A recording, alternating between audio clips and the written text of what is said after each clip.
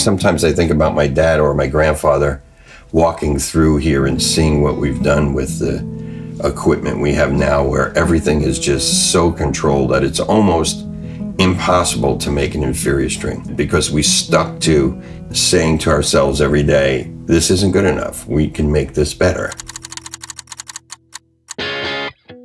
John and I had settled into a really great relationship where, he handled the core parts of running a business, the nuts and bolts and the finance and the insurance and the medical plans. And I would just focus on new product and new machinery and new marketing. John was invaluable, but he retired at a very early age, which made it necessary for me to learn a lot of the things that he did and to find other people to do them for me. There really hasn't been a reliable supplier that we could count on for super high quality wire ever. You just couldn't get it. And back in the day, and there were a lot of specialty wire companies, and one of them was National Standard. And there were 3 former National Standard employees that used to run the lines. And they bought a lot of the really old equipment that National Standard was junking, and they formed a company called True Spec Wire. And we were relying on them as a significant part of our source of supply. In 78, 79, we bought a percentage of the business. I went up there once or twice a month and designed machinery. We struggled for many years to get them to manufacture a decent quality wire. By 2010, we now owned the whole company. We just basically junked everything and ordered very sophisticated, state-of-the-art wire drawing machinery from Germany. And we re-engineered the process from the ground up. The way we measure the hex, the way we plate the wire, the way we draw the wire. So we have 6 drawing machines for high carbon steel now, and we have a very sophisticated nickel-plated steel wrap wire drawing machine and 2 phosphor bronze 80/20 brass wrap wire machines. We now make the most consistent, highest quality music wire that's available.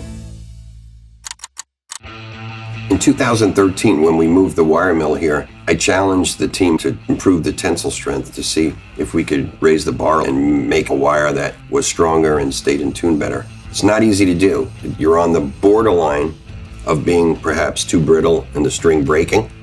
So we can only tweak things so much, and we spent a whole lot of time on the steel core and the plain strings before we came up with the material we were going to utilize in the NYXL string offering. We also wanted to change the wrap wire so that it was a different sounding wound string compared to our regular XLs and other alloys that we make, stainless steel and so on.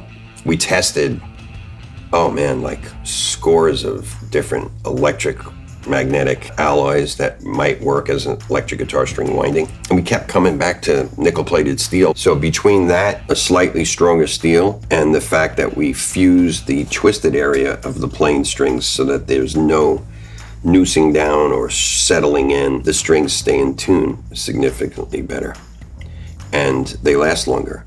We also wanted to really do a big beta sample of the product. We thought we would market it as a premium XL string, and then we ended up with NYXL because we're making the wire in New York. We mailed out, about 15,000 sets, and the response was absolutely phenomenal. People were taking videos of opening the package and posting comments. Most of the people picked up on the tuning stability. They were shocked at how well the string holds pitch and it doesn't slip. When the pros recognize the improvement in a product like that, you've got something. We've spent about the last 4.5 to 5 years developing our XS coated string. It was the biggest investment the company's ever made in a product development effort. We had to literally build machinery and make the film ourselves and process it and slit it and everything that, was required to get the job done. We did it. The coated guitar string that makes everything else sound like a thing of the past. Introducing XS. Our XS strings would not have happened if we didn't have the laboratory. that we have today. We had to buy some pretty sophisticated equipment. We had to buy like an electron microscope. Without that device in our lab, so that we can actually look at every string that failed or look at the coding, how it frayed, we needed to be able to A/B our string against the competitor's string and against our former EXP and XT coded strings from various vantage points. Acoustical damping is the coding deadening the sound of the upper partials. And when a string fails, like our process for coating strings uses heat to cure the plastic. But too much heat in there, you might change the temper of the core and make it weaker. And we know our competitor has big problems with that aspect of the coated string business because the thinner strings, the core gets a little weaker and they're more prone to be broken if somebody's playing them aggressively. That laboratory is going to just continue to get more sophisticated without a doubt. We feel like we developed like a really tremendous solution to a long-lasting coated string. And about 2.5 years ago, I was excited because we finally got some prototypes that we were really thrilled with. It took a long time, and I was really proud of it. And we had sent one sample to Andy Powers at Taylor Guitars. For the first 25 years of Taylor's history, they used D'Addario strings. And then a coated string came out that lasted longer on their guitars, and it helped sell their guitars in the store because the string looked better after 3, 4, 5, 9 months, because guitars don't sell the moment they get shipped to a store. And here it is 25 years later. We sent him one sample of the excess string, and I'll never forget, I got a voicemail from Bob Taylor because, he heard the sample and so did Andy, and they were really impressed with it and wanted to talk with me. It was so gratifying for me to have Bob and Andy recognize what we accomplished with the excess string. I'm really proud that excess strings are now the preferred string at Taylor Guitars. We do a lot of things to make our operations more sustainable. It's very important to me and my family that we do no harm to the planet, or we minimize the harm we're doing. And that's not always easy to do. It's hard to recycle a string. We have a recycling program. We fund that. It costs us hundreds of thousands of dollars a year with TerraCycle, but it's not easy because the materials are all assembled together. You got a piece of core wire with winding on it, and that costs money. You're giving away significant part of your profits to do that. But I think those are the things that socially responsible companies have to do.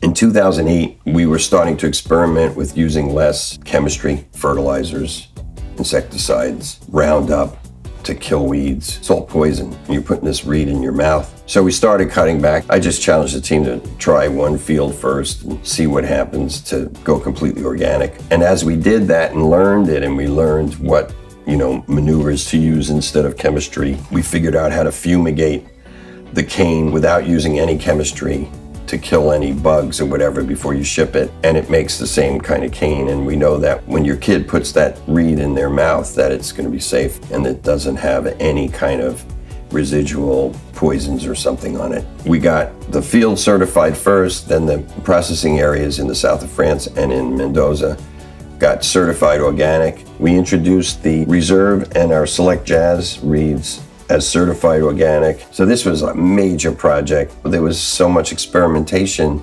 and learning along the way. I'm really proud of this effort. It's a major breakthrough as an advancement for the woodwind player. And the beauty of it is there's no detrimental effect on the reeds doing this. If anything, it's better that there's less chemistry being used.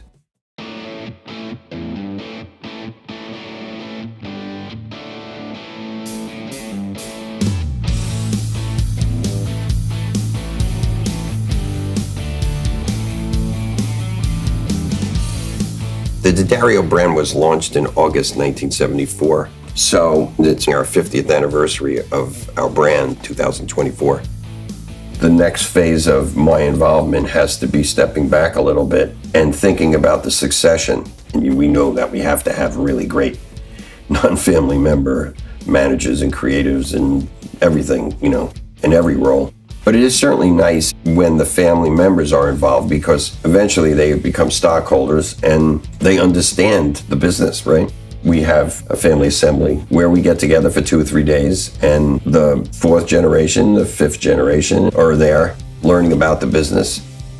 This year is the first time there's enough of the fifth generation where they're actually going to be meeting on their own, separate from us.